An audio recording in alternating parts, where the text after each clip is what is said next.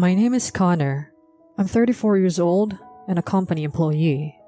My wife Jamie and I have been married for 7 years and have a 6-year-old daughter. My wife worked in the same company and she was an ace in the sales department. Jamie made a move on me and we got married. We had a daughter and we are building a happy family. But I thought so until a few years ago. Now, things are a little different.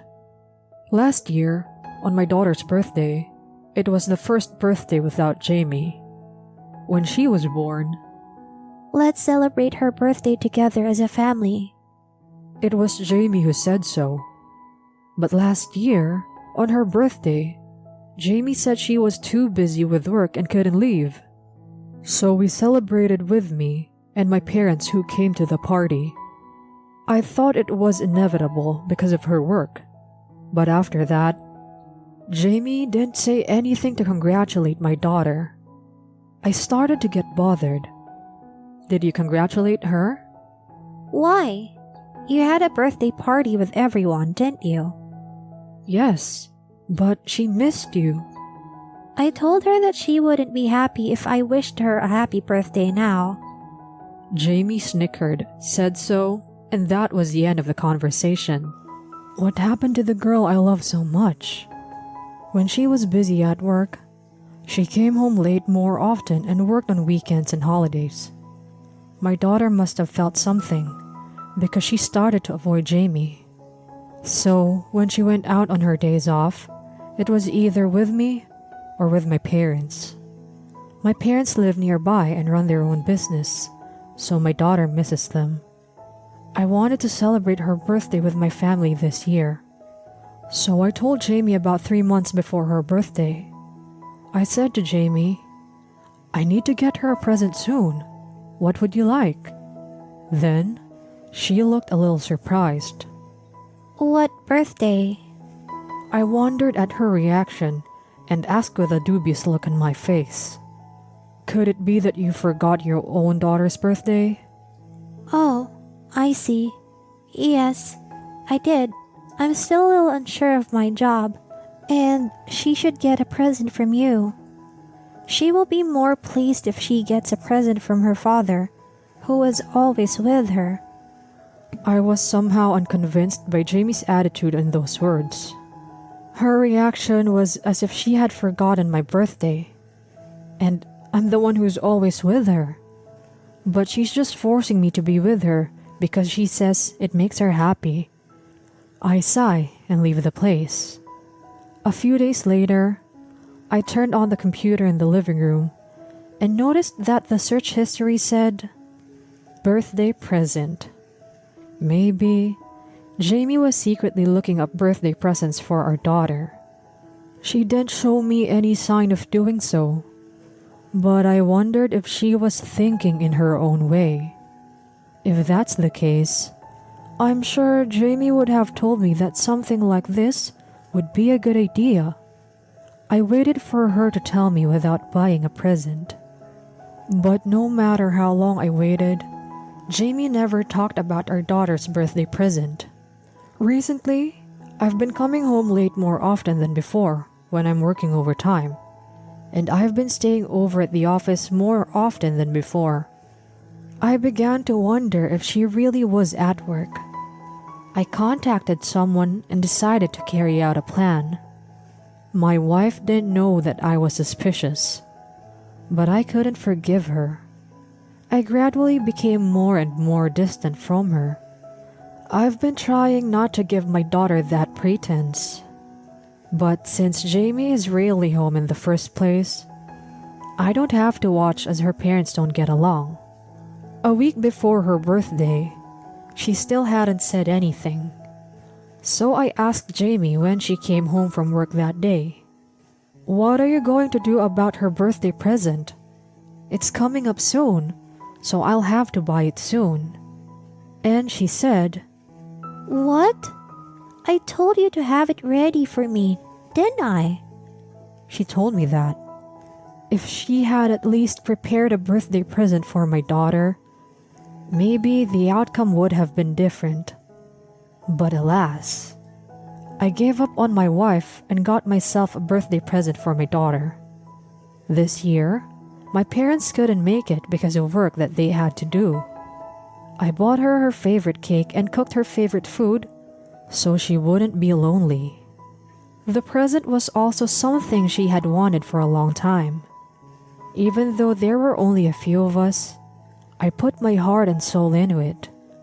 We were going to celebrate as a family, but when the time came, Jamie didn't come. After several phone calls, I finally got a hold of her, about an hour later. At that point, I looked at my daughter's lonely face and I started to get angry. "Hey, can't you come home?" Then Jamie said something outrageous. I'm working overtime today, and I will be staying at the office. What? What? Isn't that what you always do? No, I mean, you don't come home like that on your own daughter's birthday either? Then, after a moment's pause, Jamie said, Oh, it's today. You two should celebrate it together. Jamie says those words with a laugh, and I faintly hear a man's voice. My anger has reached its peak, but I don't even have the energy to be angry right now. I'm more stunned than angry, and I feel myself smiling. Enjoy your last fling. What? I hung up the phone, ignoring Jamie's question. My daughter didn't hear what I just said. I decided to celebrate her birthday with the biggest smile I could muster. She seemed sad at first, but when she saw the food and cake, her favorite food, she looked so happy. She's also happy with her present. Seeing her like that made me even more unforgiving of Jamie. The next day at night, Jamie comes home. She looks tired, a complete change from the way she acted on the phone yesterday. I thought I knew it, but I didn't say a word. I didn't even want to say hello. As soon as she came into the living room, she looked at me and said, I've been fired. She said in a quiet voice and sat down on the floor. Then what? She looked up and looked at me. So, what's with that attitude? Her words were getting stronger and stronger, but I didn't listen to them because I knew this was going to happen. It was 3 months ago. We were still discussing my daughter's birthday present. I saw the words birthday present in the search history on my computer. I thought she was looking for a birthday present for our daughter. But after a few days, I got curious and I looked at it more closely. And all I saw were pages of watches and brand name products. So I started to get suspicious and asked a colleague who works at the same company for advice. His name is Matt. He is the same age as me and has a good reputation for his work. I'm in a different department and branch than my wife and Matt. But Matt is in the same branch as my wife. When I talked to Matt about it, he seemed to have an idea what I was talking about. He said that Jamie's relationship with a man who has transferred from another branch about 2 years ago was suspicious. Of course, Jamie knows Matt and says hello to him whenever they see each other. But she is avoiding him more than she used to. They were in different departments and he didn't really care about it. But when he heard what I had to say, he said it didn't seem right. So I took Matt's advice and started keeping a diary. I would write down how Jamie was behaving when she was working overtime and when she didn't come home. I would write these things down. I was usually so busy with work, housework, and childcare that I didn't pay attention to these things. By keeping a diary, things that I had not paid attention to became clear. It was always Wednesday when Jamie didn't come home. I don't know this because it was a different company rule from my branch. Wednesdays are no overtime days, and we are not allowed to work overtime in the first place. And yet, on that particular day, she stayed overnight because she had to work overtime. Obviously, that's suspicious. I'm mad at myself for not even noticing that. It's true that my feelings for Jamie have changed since she wasn't there on her daughter's birthday last year. But it never occurred to me that Jamie was cheating on me. It never occurred to me that she was looking for a present to give to another man on the same birthday as our daughter. Why did you get fired? I ask, and Jamie's tone intensifies. I'm being restructured. They're letting me go after all I've done for the company just because I failed in a business meeting the other day. I almost laughed, but I managed to hold back and continue. Restructuring? That's right, you can't be fired for cheating. The color of Jamie's face changed at those words. If you could be fired for cheating, you would have been fired more than a year ago. Jamie looked surprised, but can't seem to take her eyes off my face. I continue. I didn't even know you were cheating on me until recently, but I heard it's been going on for a year and a half. And he's from another branch office, right? And he's 5 years younger than you? Why? I knew you wouldn't give her a brand name gift for her birthday. But your search history is brand name goods and watches. And you wouldn't think it was a gift for a child, no matter how much you wanted it to be. Well, I didn't think you're the kind of mother who would cheat on daughter's birthday and forget her birthday. I didn't think so. Jamie's face was pale, but she countered in a trembling voice. Can you prove that she's your daughter? What kind of nerve does she have to finally open her mouth and say that? Are you saying she's someone else's child? Because she doesn't look like you. They say girls look like their fathers, but she doesn't look like you at all. And you've been avoiding me lately too. I sighed. That's just superstition, isn't it? And I'm not avoiding you. I'm not avoiding you. I'm avoiding because you've been cheating on me. It's your own fault, isn't it? Still, Jamie reiterates that her daughter is not mine. The cheating pissed me off. But what the hell did she think my daughter was? And I was getting more and more pissed off about it. What is it? Even if she's not mine, I'm raising her with more love than you. Jamie looks at me silently. I guess she got to the point because she didn't argue. Jamie became silent, and I presented her with the divorce papers.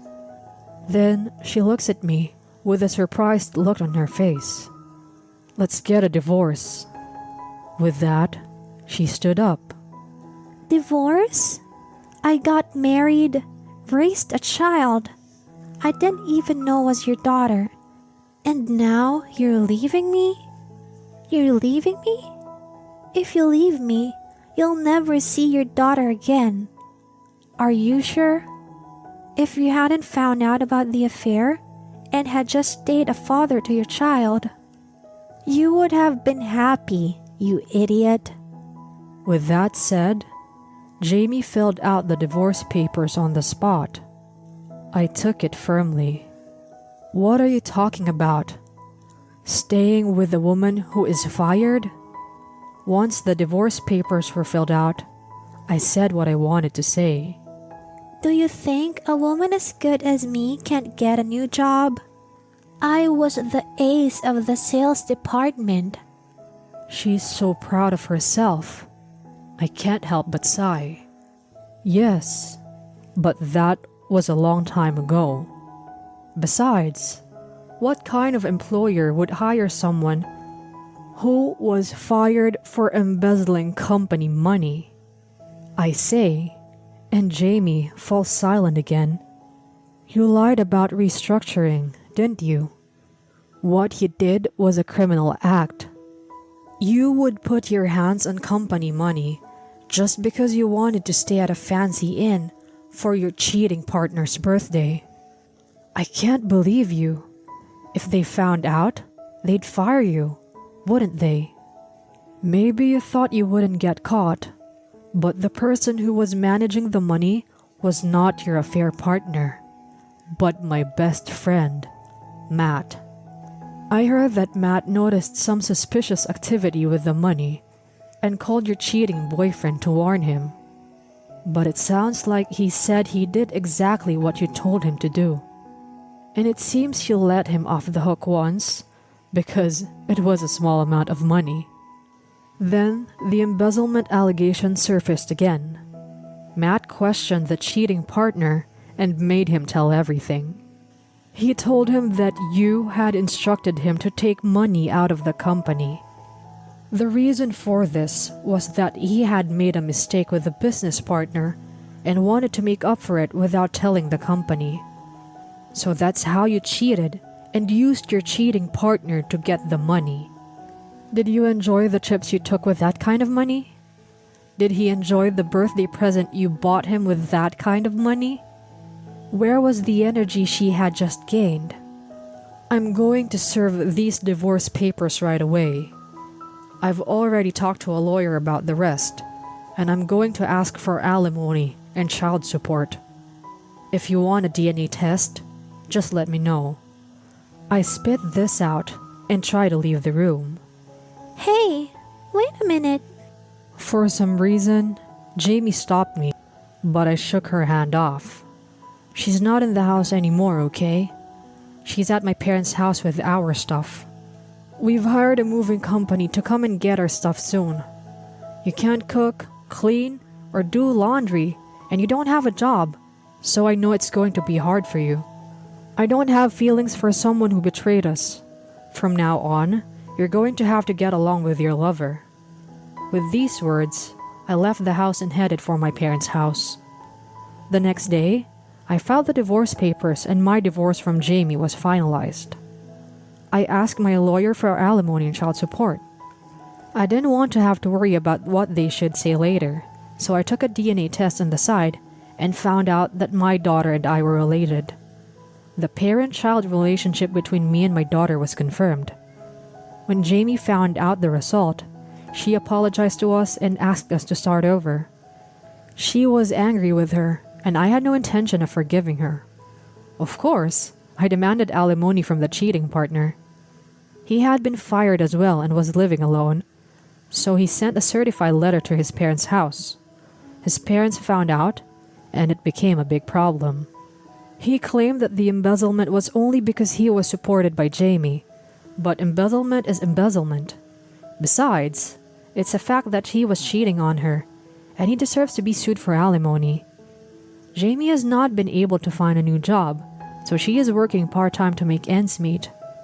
She was the ace of the sales department until a few years ago, but she has fallen to the ground. Alimony is paid from the property division and child support is paid every month. After the breakup, she suddenly started to miss her daughter, and paying child support was her sincerity. I told her that it's not a matter of sincerity, but an obligation. I felt sorry for my daughter for making her spend a lonely birthday that time. But it was 1 week after the divorce when Matt suggested that we redo the birthday party. I invited my daughter's friends to the birthday party, and she seemed to enjoy it very much. My parents attended the birthday party, and to my surprise, Matt even left work to come to the party. My daughter remembered seeing him a few times, and she was very fond of him. She even started to admire him, and she said she wanted to marry Matt, which made me laugh. I am really indebted to Matt. I was so happy to hear that he was getting married this time. I started living with my daughter near my parents' house. I'm doing my best to make my daughter smile as much as possible.